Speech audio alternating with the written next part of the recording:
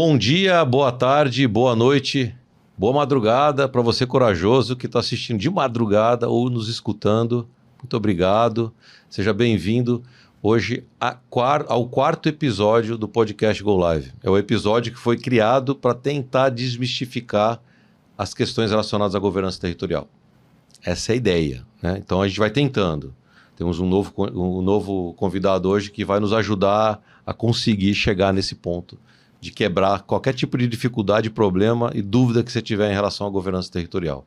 Meu nome é Marcelo Tavaroni, nós estamos aqui no estúdio da Forast e eu vou falar um pouquinho agora sobre essa pessoa que está aqui. Se você está com aquela dificuldade de resolver um problema dentro da sua empresa, né? Porque, cara, é um bicho de 7 cabeças. Se for fundiário, eu até acho que é. Mas não fica triste, não fica preocupado, porque esse cara que está aqui, ele vai ajudar a tirar algumas dúvidas interessantes, importantes, e pega o caderninho para anotar, pega o cafezinho, senta naquela poltrona preferida. Se você está só ouvindo a gente ou está assistindo, relaxa e anota tudo que você puder, porque novas ideias interessantes, conhecimento, vão aparecer aqui e vão te ajudar, tenho certeza absoluta, tá? No final, eu até não combinei com ele aqui, mas tenho certeza que ele vai ficar aberto a isso. Ele vai deixar o e-mail dele para você, se você tiver dúvida e quiser bater um papo com ele direto, manda um e-mail para ele, conversa com ele, às vezes faz um benchmark com a empresa dele, que daqui a pouco nós vamos falar qual é também, tá? Então eu estou aqui com meu querido Guilherme, meu amigo, de bastante tempo já. Esse aqui é um dos jovens, né, do mercado do fundiário. A gente tem tantos dinossauros como eu aqui, né? A gente já entrevistou alguns aqui. Esse é da nova leva. Temos poucas novas levas aí do mercado. E você está muito bem-vindo. Muito obrigado por ter aceitado o convite, estar aqui. Tá? Esse bate-papo aqui eu acho que vai ser bacana para as pessoas conhecerem um pouquinho mais de você, da sua empresa e desse tema que você trouxe, que daqui a pouco nós vamos falar. Muito obrigado. Fala um pouquinho de você, Guilherme. Valeu, Tavaroni. Tô muito feliz de estar aqui compartilhando um pouco da minha experiência, do meu dia a dia. Primeiramente, obrigado pelo convite, parabéns aí pela iniciativa. Eu acho que hoje na nossa correria do dia a dia, a gente às vezes não tem tempo de parar, trocar ideia com as pessoas, tanto a gente está imerso em tantas coisas, demandas que a gente tem que resolver, então esses momentos aqui de troca, conhecimento, até geração de conteúdo, né, pro pessoal aí que está querendo entrar nessa área, acho que é bem bacana e vocês estão de parabéns por esse tipo de iniciativa. A área divertida, né? É bem divertida, né? Tem muitos desafios, mas a gente se diverte fazendo. E o legal da coisa ser desafiadora é que sempre que a gente supera um desafio, a gente comemora como se fosse uma vitória, gol de campeonato, né? Porque gol de São Paulo. Pode ser gol de São Paulo, dependendo do time que você torce, pode ser, né? Mas é isso aí. Meu nome é Guilherme Bazan, sou engenheiro cartógrafo, tenho 32 anos aí da nova leva, como o Tavaroni falou. Bem jovem. Sou natural de Presidente Prudente, São Paulo. Nascido e criado, fiz faculdade lá mesmo, curso de engenharia cartográfica na Unesp, Campus Prudente. Tem muito cartógrafo de Prudente trabalhando no setor, conheço inclusive. Todos muito bons. O curso realmente é bem diferenciado, né? É o top do Brasil, né? É verdade, mas é verdade. Eu sou suspeito para falar. É verdade. Mas desde então, desde que eu me formei em 2015, já venho atuando aí, não sempre com fundiário, né? Mas você começa lá trabalhando com topografia, geodésia, até trabalhei muito em campo no começo da carreira, fazendo georreferenciamento. Todo mundo quando começa, né? Isso às vezes que dá o medo de quem quer começar, né? É uma área que exige aí bastante dedicação, né? Porque quando você decide seguir esse caminho, você tem que estar aberto aí a viagens, se afastar da família, tudo, pelo menos por um tempo. Ou você leva ou você vai para longe, né? Não tem jeito. Mas os projetos, geralmente, prestação de serviços, principalmente do setor de energia e óleo e gás, são sempre muito distantes, né? Sim. Não são perto de casa. Você tem que, eventualmente, ficar muito tempo no campo, exige uma certa dedicação. No começo da minha carreira, eu trabalhava na Consultigel, uma empresa aí prestadora de serviço. Eu fui estagiário, fui efetivado, comecei minha carreira, viajei o Brasil inteiro em projetos, cheguei a atuar em Minas, Pará, Tocantins, Rio Grande do Sul, viajei bastante a trabalho, sempre sempre nessa parte de referenciamento, fundiário, tal, até que em 2019 eu fui para a ISA Energia, fiquei um ano lá, trabalhava inicialmente com análise de declaração de anuência, né? Esse era o principal objetivo da minha área, né? Mas conforme você vai conhecendo, interagindo, ganhando a confiança do seu gestor, você vai ganhando novos desafios, né? Sim, Depois claro. já estava trabalhando na parte de liberação fundiária, regularização fundiária, emissão e declaração de DUP. Tive até uma oportunidade única de participar de um projeto de P&D relacionado à gestão de faixas, né? Invasões, que era uma parceria lá que vinha sendo tocado pela própria área de fundiário. Então, Eu lembro desse projeto também. foi uma oportunidade bem bacana mesmo no meu ainda início de carreira, né? Pode-se dizer, aprendi muito, né? Principalmente interagindo com universidades, com outras áreas, pessoas de mais alto cargo, né? Eu era analista ainda, então acho que dentro de uma das maiores empresas do setor de transmissão, né? Exato. Então foi uma oportunidade única, sem sombra de dúvidas. Aí, em final de 2019, eu resolvi aceitar o desafio de ir para a Eneva. E eu vim para a Eneva sem nunca... Aqui no Rio de Janeiro, claro. Eu nunca tinha vindo para o Rio de Janeiro, nem a lazer, nada. Então, Sério? eu decidi topar a oportunidade e eu vim morar no Rio de Janeiro sem nunca ter vindo. Compraram minha passagem, eu vim com 3 malas e fiquei aqui, né? E isso foi em janeiro de 2020, pré-pandemia. Então, 5 anos já. É isso, foi bem desafiador, porque eu já peguei, logo que eu entrei, né? Ainda me ambientando, vem a pandemia, né? Cara, empresa nova, num setor novo, numa cidade nova, com algo diferente, novo também, né? Triste, mas novo, que é a pandemia, né? Tudo novo. Pois é. E aí, você veio sozinho ou veio com a esposa? Como que é? Na época eu vim sozinho, né? Já namorava a minha atual mulher. Só que aí depois, com o tempo, eu trouxe ela para morar. E além de sozinho também é difícil, né? Puxa vida. Né? Já basta desafios, né? Ainda ter que deparar com tudo isso longe da família, longe de todo mundo. Aí, não pode desmotivar os nossos colegas mais jovens que possam entrar aí e trabalhar na Eneva, por exemplo. Não, né? Com certeza. E assim, no começo a gente tem que tá aberto mesmo a topar esses desafios, e hoje eu posso dizer que foi bem gratificante. Hoje Valeu a pena. Pode-se dizer que valeu a pena, sim, sem sombra de dúvidas. E tô aqui na Eneva como disse, desde fevereiro de 2020. E aí eu vim com o desafio de estruturar uma área. Não existia cadeira do analista fundiário dentro da Eneva. Foi uma vaga que era criada. Eu participei do processo seletivo, fui selecionado, vim com esse desafio na época. E aí, meu amigo, você sai daquela de só olhar a parte de anuência, de regulação. Agora você tem que atuar em demanda. Por exemplo, eu não entendia praticamente nada de laudo de avaliação. Aí eu já entrei pegando fogo uma liberação fundiária que estava no processo de negociação. Em 2 semanas de empresa, eu tive que viajar lá para Roraima, Boa Vista, para concluir uma negociação. Para negociar. Para concluir uma negociação com base num laudo que já estava, né? Mas aí antes eu tive que estudar o laudo, ver o que ele se embasava para ir para negociação. A notícia boa é que deu tudo certo, a gente fechou a negociação, concluiu a liberação do empreendimento e vida que segue, né? Nessa minha trajetória na Eneva, fui subindo a escadinha, né? Analista pleno, depois analista sênior, até que surgiu a oportunidade de estruturar mesmo. Fundiário já tinha uma bagagem, porque a empresa, eu vinha acompanhando mais ou menos o crescimento da empresa. Uhum. A empresa era uma quando eu entrei. Tinha acabado de voltar da recuperação judicial, não muito distante. Aí você começa a olhar para o mercado, né? Já vindo numa crescente para leilões, tinha acabado de ganhar 2 leilões, inclusive esse empreendimento lá que a gente foi liberar lá em Boa Vista era relacionado a um leilão, então a empresa estava aí saindo de uma recuperação judicial, vindo para um franco crescimento, e hoje aí está uma potência que praticamente triplicou o tamanho só em capacidade instalada de geração, né? Assim como complementou muito o modelo de negócios dela, né? Falando um pouco da Eneva, a Eneva, ela nasceu lá, ela veio do Grupo X, né? Do Ike Batista, né? Isso, perfeito. E ela veio naquela trazendo um modelo meio pioneiro para a indústria, que era o modelo que a gente chama de Reservoir to Air, o famoso R2W.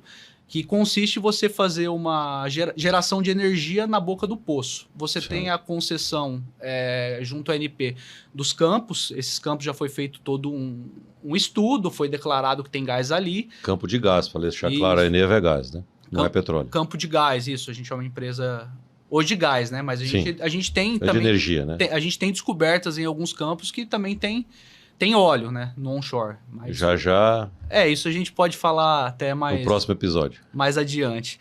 Mas o modelo R2W, ele nasce muito da... Você tem ali uma oportunidade de monetização de um campo de gás, você pensa, aquilo ali é dinheiro. Sim. E você precisa monetizar aquilo. A rede de dutos hoje do Brasil, ela é muito limitada. Você só tem duto praticamente na região litorânea.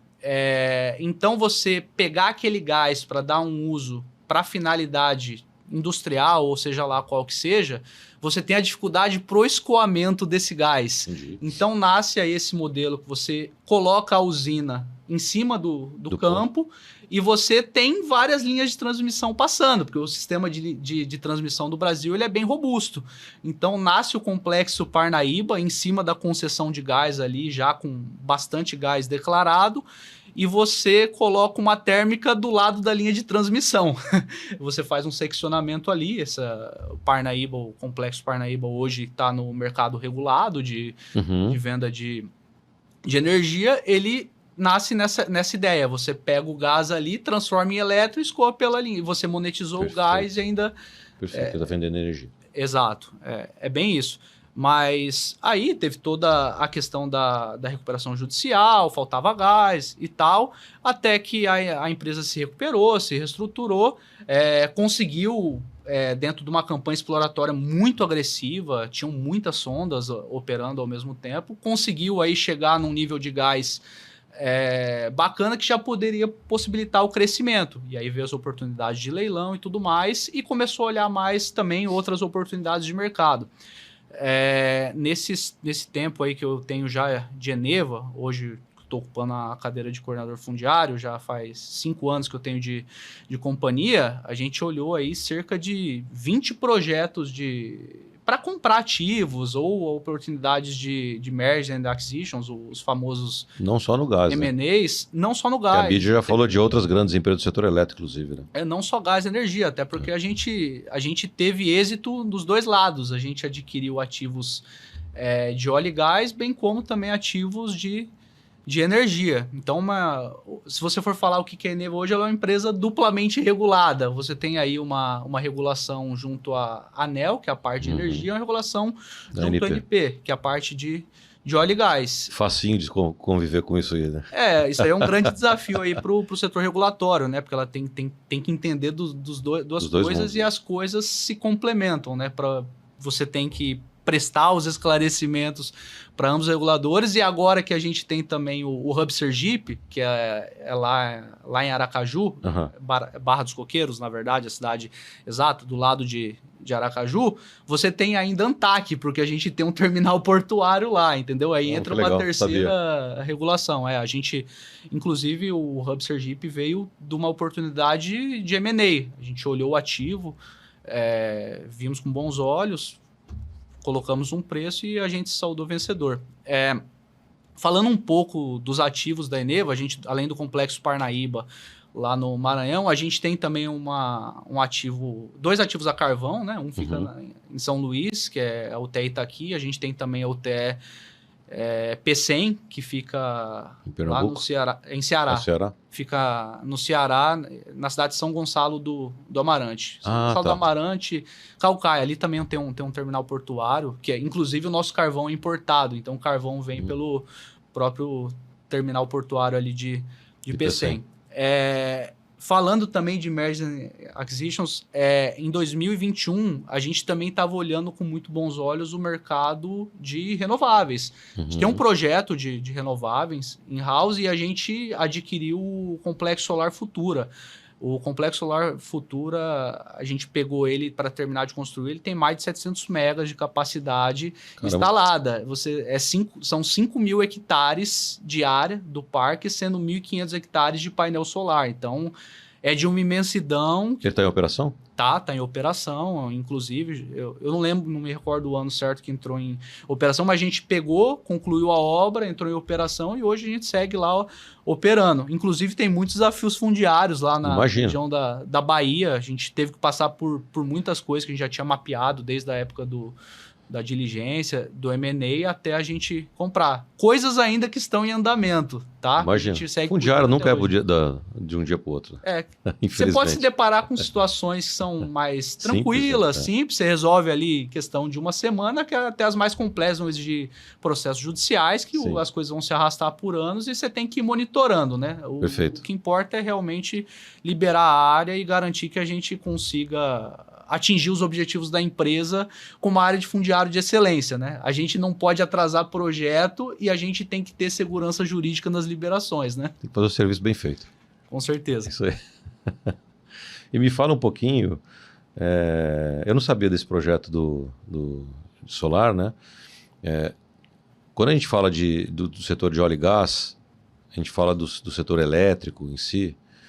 Começar no setor elétrico, você tem linha de transmissão, você tem borda de reservatório, você tem os empreendimentos solares, empreendimentos eólicos, né? Você está falando de contrato de arrendamento, contrato de servidão ou desapropriação, utilizando o DUP, dependendo do tipo de empreendimento, né?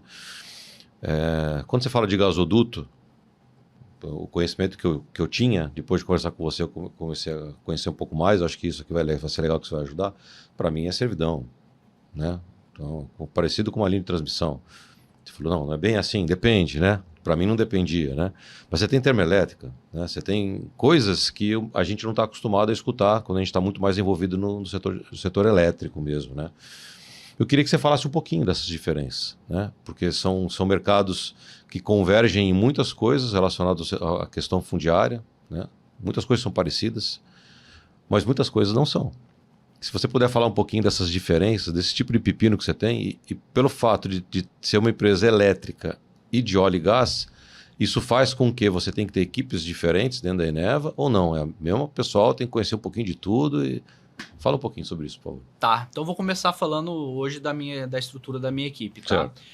Acho que o profissional de fundiário, para começar, é multidisciplinar, né? Então aquele que consegue dar conta dos desafios da parte de energia, ele também vai conseguir lidar com os desafios do óleo e gás. É claro que você conhecer do negócio faz total diferença para você desempenhar as suas funções. E, inclusive, aqui dentro, a equipe é formada hoje, eu como coordenador, aí eu tenho 2 analistas, uma mais focada para geoprocessamento e o outro que atua mais focado nas liberações e regulação fundiária. E eu tenho também um profissional de campo, que ele fica alocado lá no Maranhão, que é o core da nossa operação, onde a gente tem uma maior demanda de questões fundiárias e rotina do dia a dia, que eu tenho um colaborador local, que fica local. E, sem sombra de dúvidas, ter uma pessoa local é fundamental para uma equipe, porque, como você disse, faz toda a diferença. Você tem um colaborador que já tem um conhecimento da região,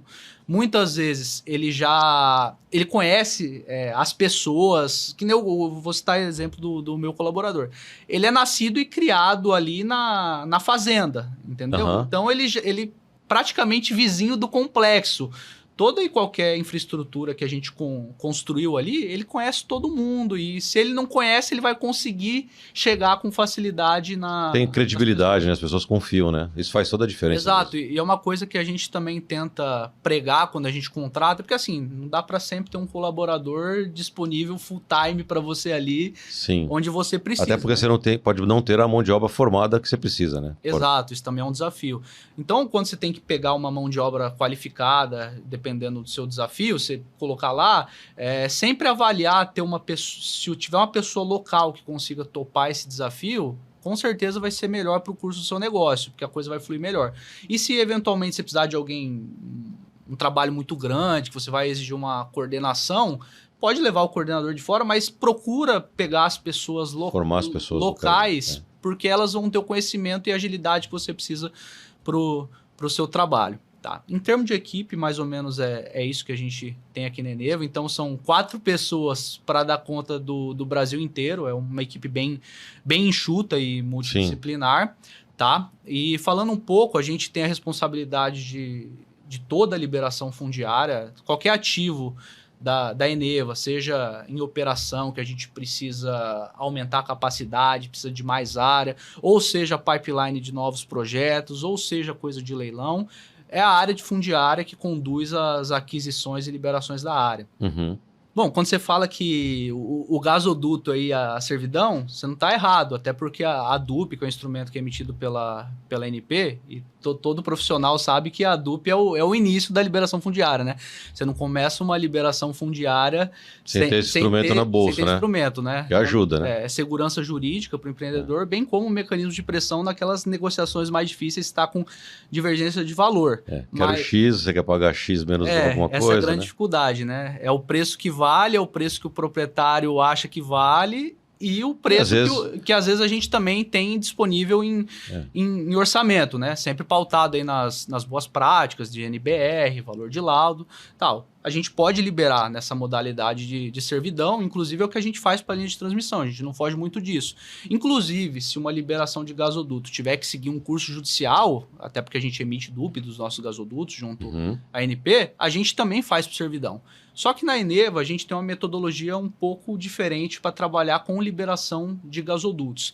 A gente tem um período uma lacuna de obras que ela é bem restritiva, principalmente onde a gente constrói duto. Praticamente, a gente já construiu duto no Maranhão e no Amazonas, que é onde a gente tem concessão e a gente interliga aí nas nossas térmicas para escoar a produção e fazer com que isso se torne elétron. Então você tem o desafio da sazonalidade. Você tem uma obra que você tem 2 períodos, que é o inverno e o verão. Então a sua obra tem que começar quando está iniciando o verão, que é agora nessa época, final de abril, início de maio, você tem que concluir até novembro, porque começa a chover e fazer obra nessas regiões na chuva sempre fica mais complexo, de maior custo. Sim. Então você tem uma janela de construção menor. O que a gente faz para que a nossa liberação fundiária flua conforme a obra pede? A gente inicia bem antes, é claro, o processo de liberação e a gente trabalha com uma metodologia de arrendamento. Isso já vem desde... no lugar da servidão vocês fazem arrendamento? Pro gasoduto, sim. Interessante. A gente tem uma metodologia interna que é pautada com base nos valores das agências estaduais locais que valoram as terras e também as culturas. A gente pega esse valor, aplica um coeficiente... Um fator de ajuste. É um fator de ajuste que a gente delimita internamente e a gente propõe um arrendamento para adulto anual. Ou seja, a gente sempre está pingando. Anualmente cai um dinheirinho lá na conta do cara. Não vem uma... Ou seja, não é um arrendamento mensal igual no projeto eólico solar, é anual, só que também não é um contrato de servidão que é o pagamento uma única vez. Exato. Na servidão, muitas vezes você vai esbarrar também com os casos das áreas que você tem mais insegurança jurídica, né? Uma área de posse, não está regularizada, muitas vezes você paga numa única parcela e você está pagando o posseiro, porque ele não tem a matrícula, não tem como você dar a visibilidade e a publicidade por meio do registro daquele contrato, daquela escritura. Então a gente trabalha com a metodologia de arrendamento, a gente vai pagando um valor anual e que, na nossa experiência, vem dando grandes resultados porque a gente consegue ter êxito nessa liberação com muito mais tempo. É claro, isso acaba sendo, ao longo do tempo, da vigência do contrato, um pouco mais custoso para a empresa.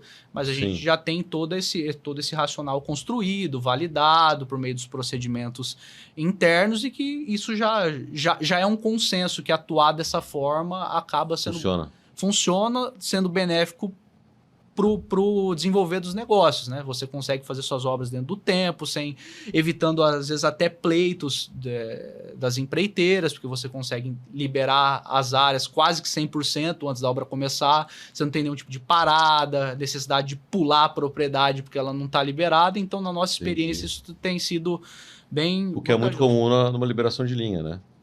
Exatamente. Você consegue muito bem num trecho, mas em outro não.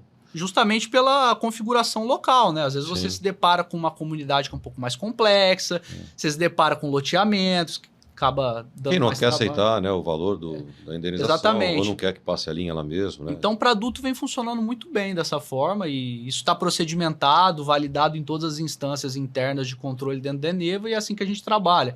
Citando um exemplo prático, eu entrei em 2020 na companhia. Em 2020, a gente já liberou um duto de 20 quilômetros. Em 2021, a gente liberou o maior, até então era o maior gasoduto, 90 quilômetros de gasoduto, e sempre liberações rápidas. 4, 5 meses a gente consegue concluir essa liberação e só com um esforço interno. Isso a gente faz tudo com o nosso time interno. Eventualmente, a gente contrata as consultorias para fazer laudos de avaliação, outra coisa, mas todo o mapeamento, toda a parte de valoração, a gente faz internamente. E a gente tem um escritório que já faz as minutas e entrega a minuta padrão para a gente. Até que no ano passado a gente construiu o maior duto da história da companhia, que é o gasoduto de Gavião Belo, que vai interligar um campo de produção, que é um duto de cerca de 115 quilômetros. A gente iniciou essa liberação fundiária em outubro e terminou em março. Pô, então, foi rápido. Você vê que é uma liberação bem rápida. E a gente está falando de 115 quilômetros no universo de 180 propriedades, onde houveram só 2 judicializações. Pô, o negócio de arrendamento, então, funciona bem. Tem funcionado bem, atende o nosso negócio. É claro, cada empresa tem a sua metodologia, mas no óleo e gás isso vem sendo usado por nós aí de uma maneira bem satisfatória. E para poço é um pouco diferente. É isso que eu ia te perguntar. Como a gente é uma empresa que vai desde o início da cadeia, a gente também faz a prospecção de gás, a gente perfura poço. Inclusive, esse ano a gente está executando uma campanha exploratória no Maranhão.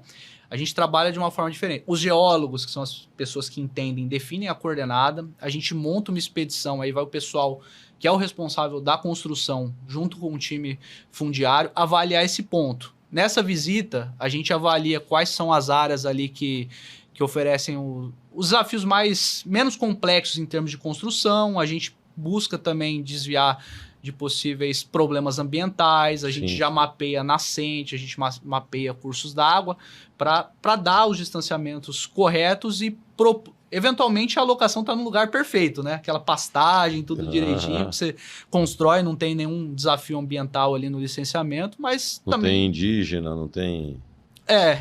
também você pode se separar com esses desafios, né? Isso é um pouco mais tranquilo porque você consegue ver previamente nas bases de dados, né? Sim. Então não vai muita informação bacana. Não vai ter o perigo de você se deparar lá com uma área indígena quando você vai vistoriar uma locação, até porque voltando um pouco lá atrás, vou fazendo esses ganchos porque acho que são bem relevantes.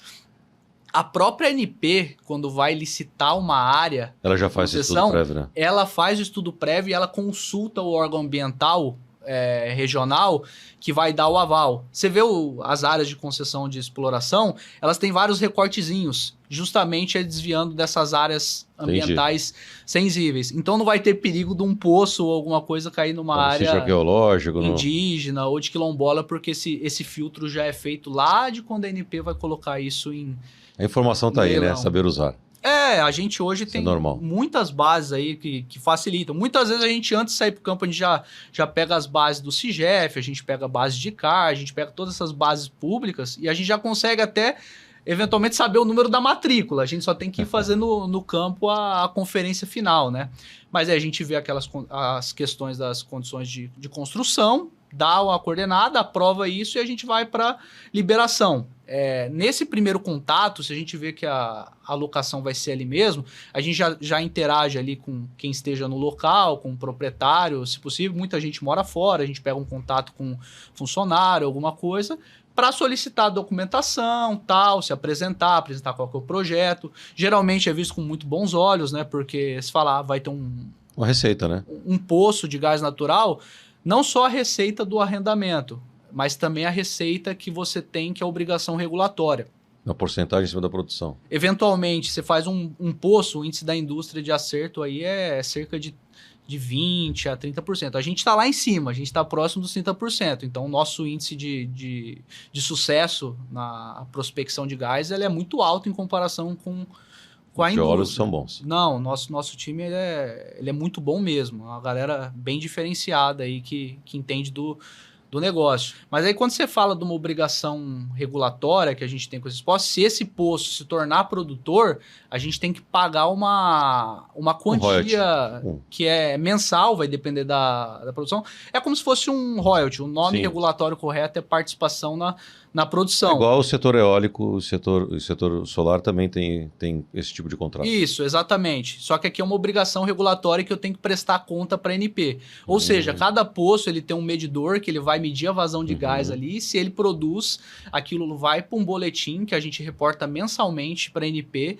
e o proprietário tem direito a 1% da receita desse poço. Então, quando a gente faz a apresentação e faz toda essa contextualização para o proprietário, geralmente eles são entusiastas da ideia. É claro que a gente se depara às vezes com propriedades que são de mais difícil liberação, proprietário às vezes ele não quer participar desse tipo de negócio, ele tem outro viés, fala, não, meu negócio é pecuária, meu negócio é agricultura, então... Às vezes o proprietário tem dinheiro, não precisa daquela verba e não quer uma pessoa ali atrapalhando o uso da terra. Exatamente, mas faz parte. Geralmente eles têm interesse, funciona bem, e além dessa, a gente paga também o arrendamento, nesse caso é mensal. Então, interessante. Então Vocês pagam duas rúbricas diferentes, então, nesse caso.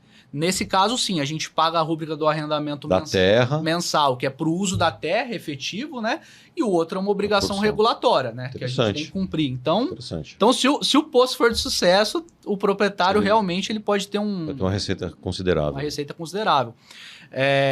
Os nossos empreendimentos de geração, eles também necessitam se conectar à rede básica de energia. Sim. Então, a gente como um gerador termoelétrico, a gente também tem as linhas de transmissão. Perfeito. E somos nós que temos que construir a nossa linha de transmissão, que são as chamadas linhas de interesse restrito. Por quê? Ela não liga uma coisa do sistema, ela vai ter a finalidade exclusiva de conectar a minha geração ao sistema. E eu tenho a responsabilidade de liberar ela. Citar um caso lá de Azulão. A gente hoje está construindo complexo Azulão, 1 giga de capacidade instalada, é um projeto bem desafiador, inclusive. E a gente... Termoelétrico. Ele é teoricamente próximo da subestação. Sim. Quantos quilômetros já foi planejado. Então a gente tem uma linha relativamente curta, de 11 quilômetros. É pequenininha. Nessa a gente já trabalhou com a servidão convencional mesmo. E acho que uma coisa que é legal compartilhar com o pessoal que tá vendo, como é que a gente fez essa liberação? Geralmente você contrata lá a empresa, deixa ela sob a responsabilidade.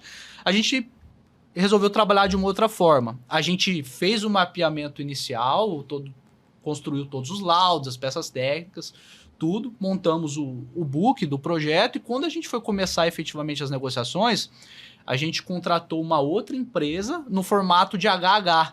Então, eu trouxe para dentro de casa um profissional com experiência comprovada em liberação fundiária, contratado no formato de HH, e ele fazia reporte diretamente para a Eneva. Eu não tinha nenhuma interação com a empresa. A empresa só me forneceu... Alocou o profissional. Alocou o profissional, recebeu por isso, e o profissional reportava para mim. Eu acho que, é claro, você tem o desafio das linhas de transmissão aí, que são de leilão. São muito grandes. São muito grandes. Então, talvez seja um pouco mais complexo trabalhar dessa forma. Você vai precisar de uma equipe interna muito grande.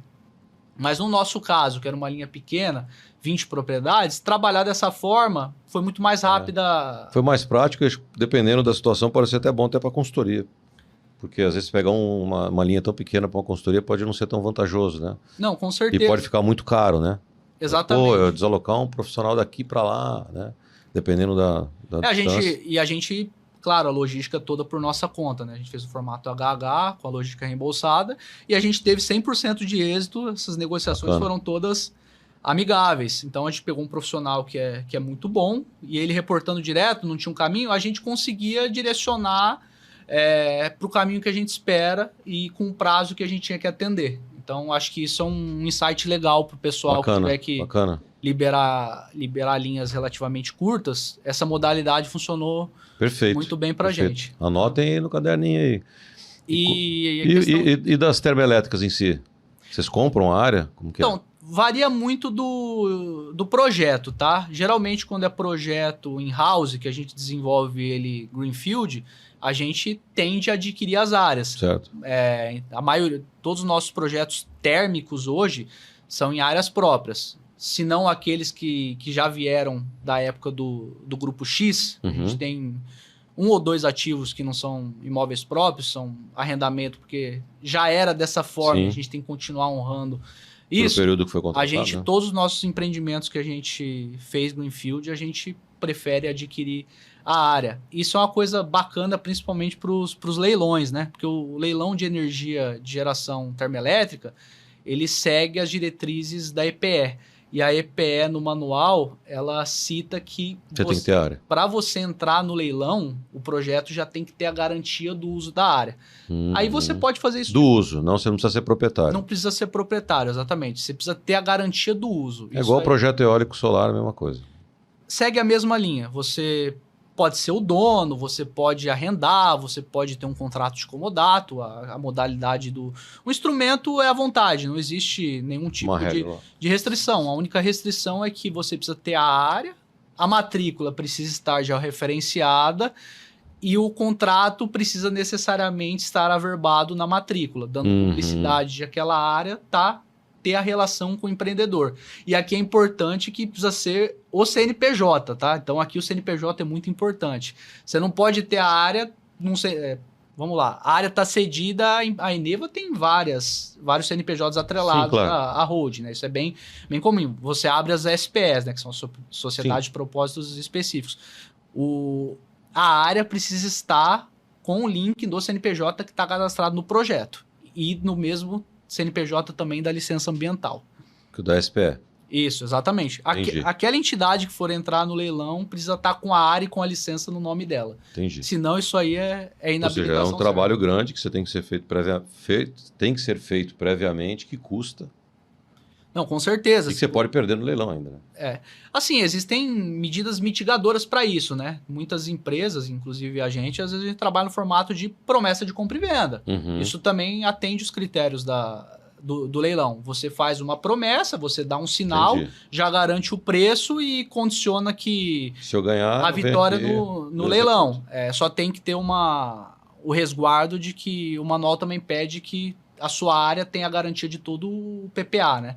Ou seja, todo o tempo que você tiver propondo que você vai gerar energia, seja lá um PPA de 10, 15 anos, você tem que ter a garantia do uso.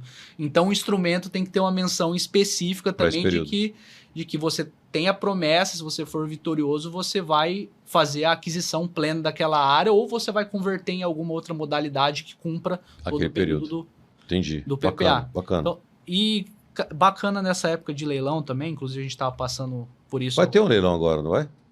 Então, foi adiado, não foi? Então, o leilão foi adiado, a gente está aí com boas expectativas de que ele seja remarcado em breve, mas a gente tem um comitê interno que trata das questões de leilão e o fundiário ele está presente nesse comitê. Certamente. Porque aqui é o tino do negócio que o fundiário é visto de uma maneira muito estratégica, porque você tem um projeto de crescimento da companhia, que muitas áreas engajadas, você tem engenharia, regulatória, inteligência de mercado, ambiental, social. Todo mundo... Todas essas áreas e o fundiário está nesse comitê, porque se não tiver área, não tem projeto.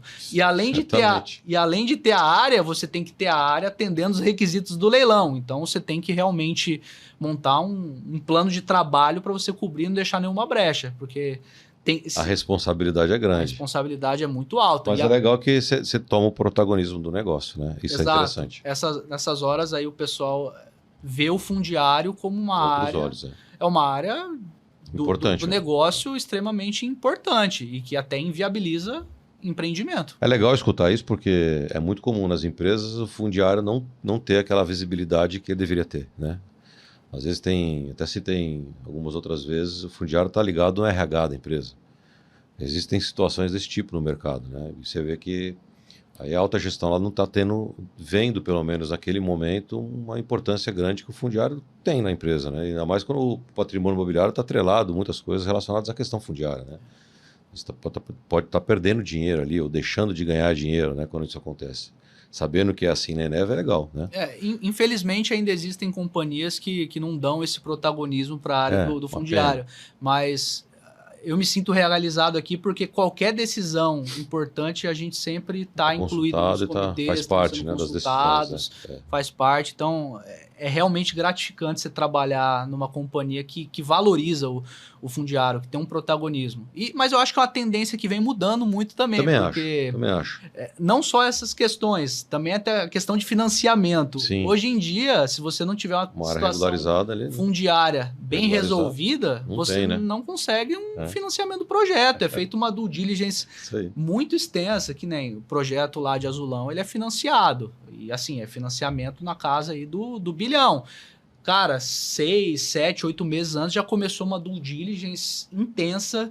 Para verificar se está tudo certinho. Você tem que apresentar comprovação de direito de terreno, de UTE, de linha, de gasoduto, de adutora, de captação de água, qual que é o status da regularização, lista de processos judiciais em andamento, já emitidos da posse, cronograma de regularização. Você tem que apresentar uma gama de documentos que se você não tiver com uma situação fundiária bem resolvida, isso vai impactar aí no seu financiamento. E não só no financiamento, depois os desembolsos que você tem que fazer ao longo do financiamento, você tem que ir atingindo alguns marcos e comprovando o avanço da regularização fundiária. Então, isso é muito legal. Não tem hoje como fundiário não ser considerado como um espaço de protagonismo, entendeu? E acho que é uma tendência que todas as empresas, algumas mais rápido e outras faz parte. devagar, acho que é normal do mercado. A implantação da tecnologia, transformação digital é assim também. Uns são mais rápidos que outros, né? Faz parte. Acho que isso aí não denota nada de ruim, né? Porque o caminho está sendo trilhado e todo mundo vai chegar no momento final ali entendendo que o fundiário, de fato, tem que ter protagonismo nas empresas. Sem sombra de dúvidas. O fundiário ambiental ali tanto viabiliza como mata projeto. Me fala uma coisa, falando de regularização fundiária ainda, vocês têm empreendimentos em algumas regiões do país, né? Como que é o relacionamento com as prefeituras, com os cartórios? Quais as dificuldades que vocês enfrentam? É a mesma coisa que a gente enfrenta no setor elétrico, certamente. Pior, não é? Vocês têm alguma facilidade? Pessoas lá que têm relacionamento, que podem facilitar esse tipo de demandas, desses desafios aí? Eu acho que o desafio acaba sendo o mesmo, tanto para o setor de óleo e gás como energia, eles têm desafios similares em termos de parte de regularização, tanto com prefeitura como cartório. Uma coisa que a gente costuma fazer é, principalmente quando a gente está entrando em um lugar, cara, a gente compra uma passagem, vai até o local, fazer uma reunião de apresentação, tanto com prefeitura como com tabelião. Anota aí, ó. Cara, não tem jeito. E acho que o pessoal que já tem um pouco de experiência, que eles estão entrando na área, vão perceber que cartório é barriga no balcão. Quem não é visto não é lembrado. Então, às vezes, primeiro desafio que você tem aqui, principalmente de uma empresa de dimensões nacionais, é as distâncias. Você tem empreendimento, pelo menos nós temos empreendimento no Amazonas, no Maranhão, no Ceará, na Bahia, no Sergipe, no Rio Grande do Norte, projeto. Então, cada lugar você tem que construir uma relação. Qual que é a melhor forma de fazer isso? Não é por telefone, não é por e-mail. Não é home office. Claro que funciona. E-mail, telefone, funciona. Depois que você tem uma relação já estabelecida, funciona de maneira ótima. Mas você indo até o local, se apresentando, mostrando seu crachá, mostrando sua cara, apresentando a empresa, tudo aquilo que vocês querem fazer, o pessoal compra a sua ideia. E é assim que a gente faz. Acho que eu tenho um case interessante para falar nesse sentido. É uma regularização que a gente fez de um projeto de ampliação solar. A gente tem um projeto solar no município de Tauá, fica no Ceará, e a gente queria ampliá-lo. E assim, vamos fazer um projeto de ampliação pro leilão, tal, tá em cima, vamos fazer. Beleza. O que tem? Tem licença ambiental de ampliação? Não, vamos tirar. Tem engenharia? Vamos fazer. Tem terreno? Tem terreno. Opa, tem terreno, mas o terreno ele não atende às condições de leilão. Aí você vai ver como é que está a condição do terreno. Um terreno da prefeitura, para começar, o proprietário é a prefeitura, no formato retangular, 1.000 por 2.000, sem citação de confrontantes, sem coordenada, sem nada, caracterizado como rural na matrícula e hoje em área de expansão urbana. Ixi. Ou seja, você tem várias pontas soltas aí que você tem que resolver num prazo curto de tempo. Vamos lá, vamos atacar etapa por etapa. Primeiro ponto, vamos contratar a empresa para fazer o levantamento de campo e definir as coordenadas já referenciadas. Contratamos a empresa, fez a topografia. Trabalho rápido, levantamos 200 hectares em 2 dias, tudo no RTK, região aberta. Beleza, vamos comparar isso com a situação registral. Isso tá com o número de CCIR. Vixe, ainda tá como rural no cartório, mas é urbano. Pego a inscrição imobiliária. Não, mas você precisa do documento do INCRA emitindo a descaracterização rural. Eu fui no INCRA lá no Ceará buscar esse documento. Aí eles tinham um arquivo e tal. Pedi, pelo amor de Deus, pro cara para me ajudar, que eu precisava daquele documento. O cara pesquisou nos arquivos, achou o documento. Esse documento já havia sido emitido, descaracterização rural. Peguei esse documento. Sensacional. Falei, você pode me mandar esse documento por e-mail? Porque você mandando por e-mail, eu vou comprovar que isso veio do INCRA, lá pro cartório. Sim, perfeito. Peguei esse e-mail, mandei pro cartório. A gente foi no cartório, apresentou a situação, o levantamento de campo, documento da descaracterização, aí montamos um plano de trabalho junto com o cartório, isso foi bem bacana, a gente foi muito bem atendido e recebido lá. O primeiro passo é averbar a descaracterização, averba a descaracterização. Segundo passo, pega o número da inscrição imobiliária lá na prefeitura. Não tem, vamos abrir.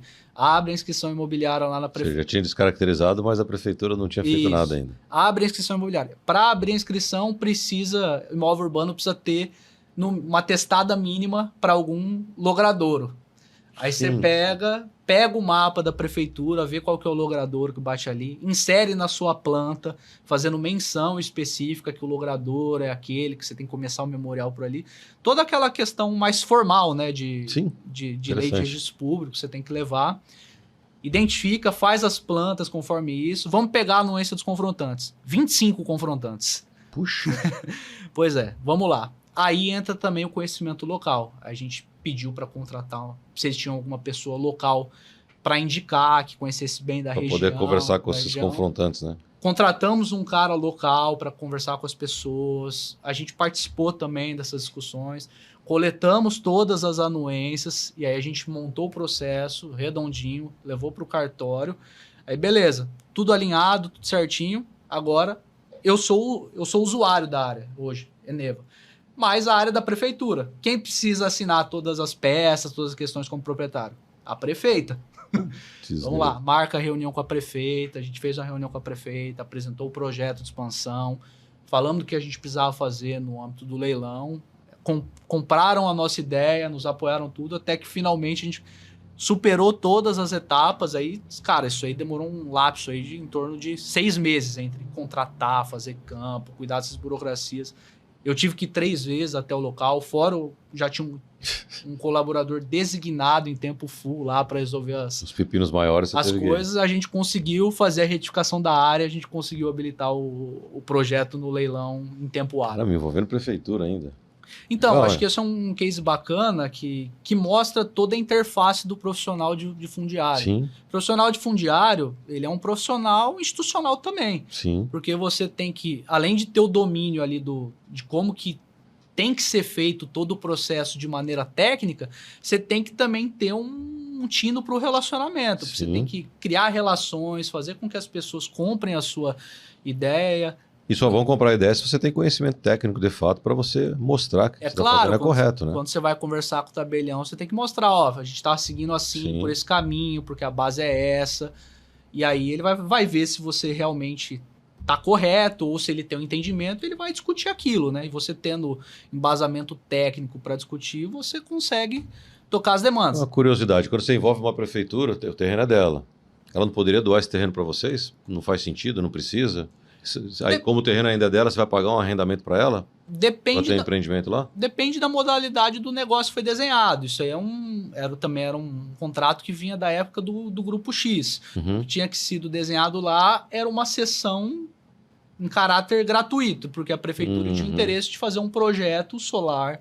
Gerar emprego. Lá na época, gerar emprego, gerar receita, movimentação, receita e outras coisas mais. Então, a prefeitura tinha interesse, cedeu o terreno, e aí quando a gente foi desenvolver esse projeto efetivamente, a gente precisou superar essas etapas. A gente já estava no uso, a gente tem um ativo lá nessa área, só que a gente estava querendo ampliar. Exatamente. Muito legal, muito legal. História interessante. É muita coisa para ser feita, né? Tem muita coisa a ser olhada, é muita frente para atacar. Então, você fica até perdido. Por onde que eu começo, né? Mas você tendo conhecimento, experiência, muitas vezes também recorrendo a colegas de setor. Justamente. Você conhecendo muita gente, colegas, fala, cara, passando por essa situação aqui hoje. Que você já teve algo alguém já fez isso, né? Como é que você seguiu? Tem um grupo do fundiário, né? Chama Fundiário FT, eu acho que é. E até vou ver se eles topam vir bater um papo aqui, o organizador do grupo, que já ajuda bastante. Muita gente, não sei se você faz parte desse grupo, muita gente desse grupo acaba postando dúvidas, né? Às vezes dúvidas até mais simples mesmo. E é legal que todo mundo tá ali para ajudar um ao outro ali. A ideia do podcast é essa também, né? Assim, esse conteúdo que tá aqui, certamente muitas pessoas vão escutar e vão falar, putz, entendi. Ou, putz, vou ligar para ele, vou mandar um e-mail para ele ver se ele me ajuda com mais detalhes, né? Exatamente. Essa é a ideia, né? Exatamente.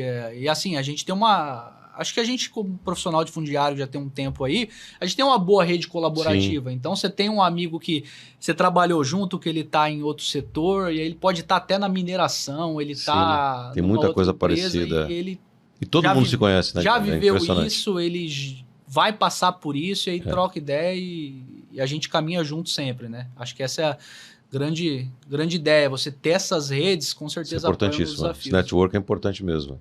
Agora vamos passar em frente. Atuação nos leilões de geração de térmicas, eólicas e solar. Como que funciona esse negócio? Acaba que eu já dei até uma pincelada aí que a gente foi conversando. É muito parecido. Você tem que ter o direito da terra, tem que estar verbada no seu nome, o contrato de arrendamento que você fez, né? Se for arrendamento, no caso.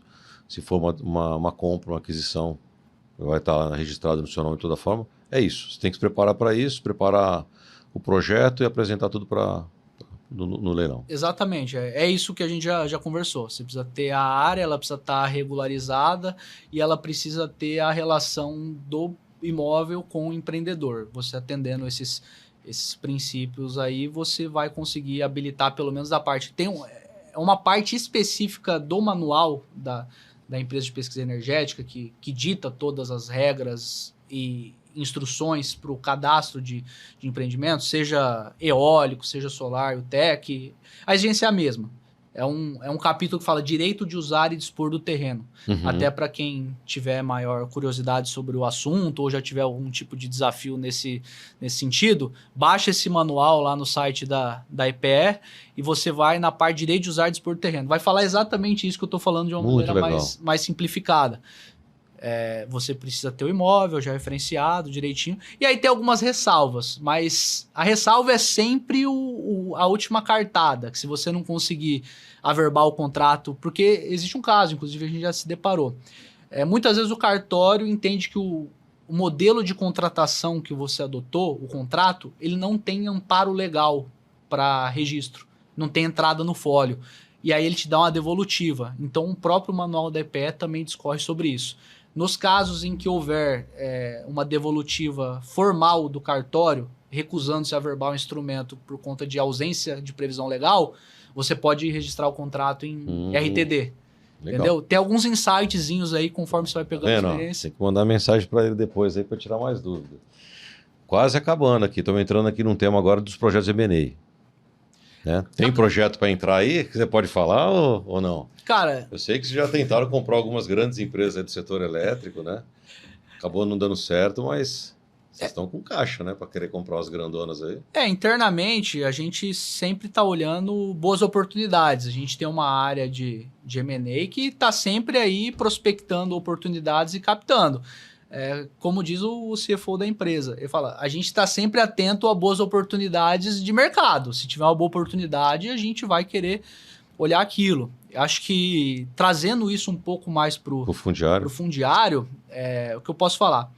Quando você tem uma oportunidade de M&A, seja pequena ou grande, vai ter que ter uma análise fundiária. Certamente, tem que fazer um due diligence bem forte. Né? Toda empresa, ativo, vai ter alguma coisa relacionada a terreno. Aí você pode ter projetos maiores ou projetos menores, mas sempre vai ter um comitê que faz todos os findings que a gente fala das due diligence. Isso, pelo menos dentro da Eneva, cada área faz o estudo.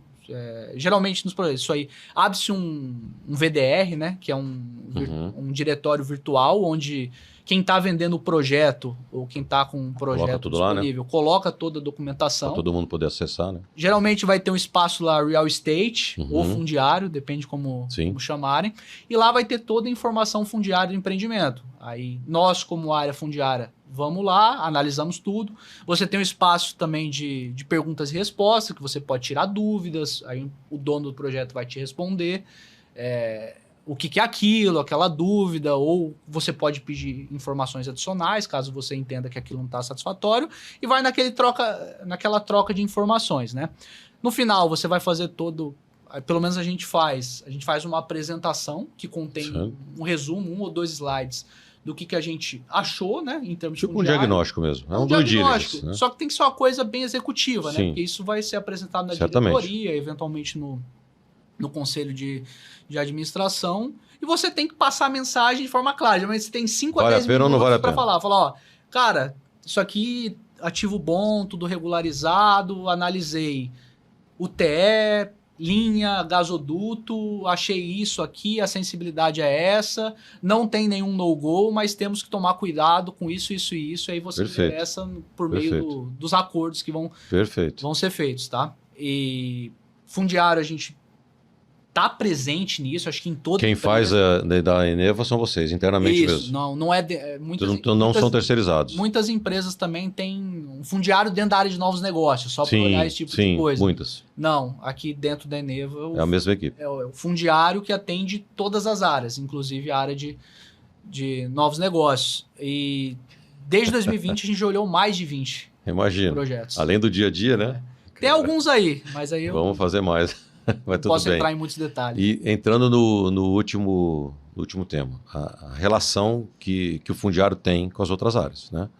Seja jurídico, ambiental, regulatório, a parte financeira, né? Como que funciona na Eneva? Como que vocês fazem isso no dia a dia? Cara, primeiro no dia a dia, a gente, como fundiário de qualquer empresa, a gente tem que prestar informações para todas as áreas do negócio, das mais diversas. Acho que uma área que a gente é muito demandado é principalmente o licenciamento ambiental. Sim. Acho que isso em qualquer empresa aí, a ligação é muito forte. Né? Seja qual segmento. Até em muitas o fundiário está estruturado dentro da área de meio ambiente. Ou tá junto, né? Tá junto. Mesma gerência. Né? Exato. Inclusive, empresas que eu já trabalhei eram estruturadas assim. Mas, para você fazer um licenciamento ambiental de um poço, por exemplo, você precisa apresentar toda a documentação do imóvel e a documentação do proprietário e uma autorização de que ele autorizou que você faça o empreendimento ali. Então, cada poço que a gente vai fazer, cada empreendimento, a gente tem que ter uma pastinha do proprietário com toda a documentação para passar para o time de licenciamento, colocar isso lá no âmbito do licenciamento. Geralmente, nossos licenciamentos são mais em órgão estadual. Pouca coisa nossa já foi feita no IBAMA, então a maior interface com o estadual. Então, muitas vezes eu já tive que ir também em reunião com o órgão ambiental para tratar de questões fundiárias, porque hoje, principalmente no Amazonas, Maranhão, região norte, eles olham com muita atenção o fundiário, porque o Ministério Público também olha, e o Ministério Público cai também em cima dessas questões. Se você não tiver uma situação fundiária bem embasada dentro do processo de licenciamento ambiental, você abre espaço até para questionamento. Certamente. Tá? Não só o licenciamento é uma área que demanda muito, mas engenharia, a gente tem que passar as informações dos terrenos, a engenharia nos demanda para liberar os gasodutos, você tem que ir prestando também conta do que você já liberou para eles. Eu monto uma rotina meio de dutos, a gente tem uma rotina de atualização semanal.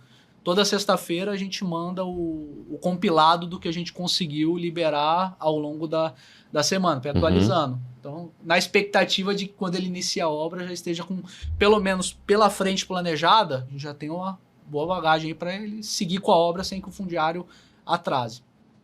Financiamento, cara. Já falamos aqui. Falamos.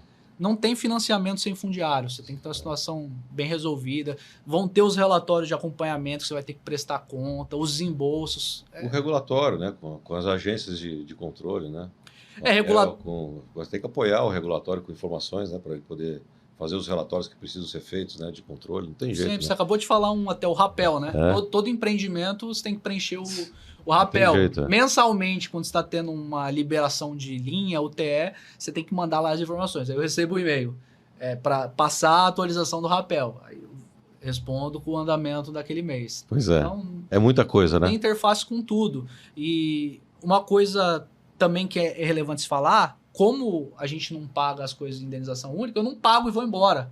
Eu tenho um compromisso de pagar aquilo mensalmente ou anualmente. E se eu tenho que pagar mensal e anual, eu tenho que fazer o procedimento para pagamento. E aí eu vou ter interface com a área do fiscal e do contas a pagar.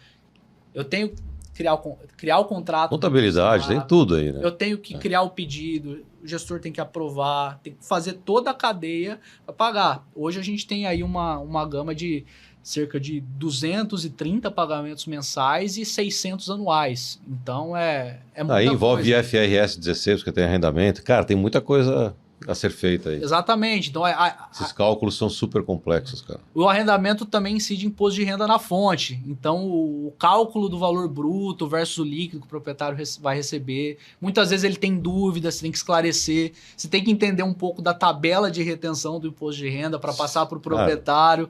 Falar, o negócio é complexo. Pô, caiu um valor a menor aqui. Você fala, não, é porque tem a retenção do imposto de renda na fonte. Isso é uma obrigação legal. Toda pessoa jurídica que vai fazer um pagamento para pessoa física tem que fazer a retenção, que é lei. Então, pela tabela, o valor bruto é esse, a dedução é essa, manda aquilo mastigado para a pessoa entender. Tem empresa que não consegue mandar tão mastigado porque tem informação que é sigilosa e ele não consegue mandar. Então, a gente vê é muito comum nas empresas que tocam projetos eólicos, por exemplo, o cara que vai fazer a comprovação da porcentagem em cima da produção que foi feita, a informação às vezes está na nota fiscal da emissão de pagamento daquela energia gerada. Isso eu não posso mandar a nota fiscal para você. Não tem jeito. Está no meu contrato de sigilo com a empresa que eu estou prestando serviço. Isso é uma complicação, cara. Nossa. Aí você entra num limbo, né? Porque você entra no limbo de que se você tem a obrigação da confidencialidade ali, né? Sim. Enquanto você não está sendo 100% transparente com o proprietário. Ele fala, está escondendo informação. Você não está, mas ele acha que você está, né? Você pode abrir margem até para um questionamento, entendeu? Judicial, extrajudicial, judicial, então... São muitos problemas. O fundiário fica nessa de fazer o meio de campo, né? Não, a informação é sigilosa, não pode passar.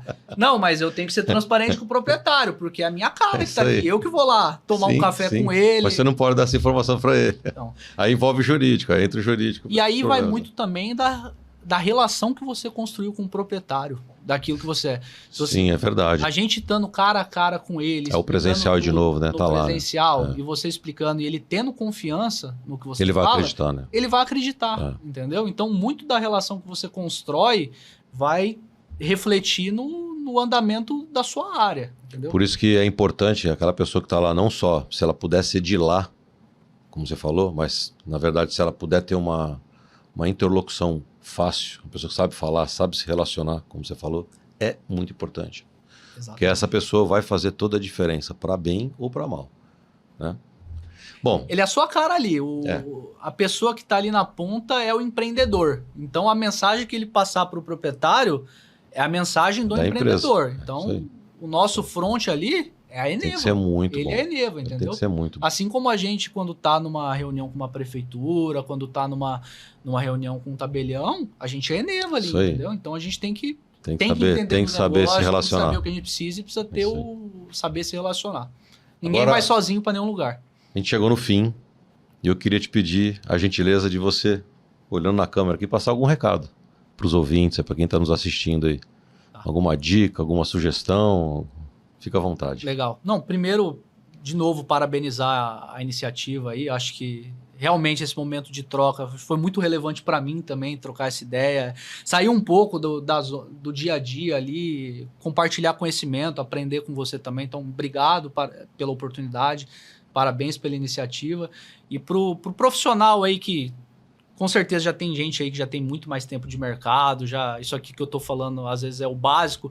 Qualquer coisa que a gente falou aqui que eventualmente possa te ajudar em algum processo, já fico extremamente realizado. E para o profissional que está entrando agora no fundiário, não se assuste, tá? Parece um bicho de 7 cabeças, mas é experiência. A maioria das pessoas que trabalham fundiário hoje, você tem uma formação base que vem ali da engenharia, do direito, da agrimensura, dessas áreas, mas você aprende, tudo você tem capacidade de aprender, porque ninguém sabe fundiário.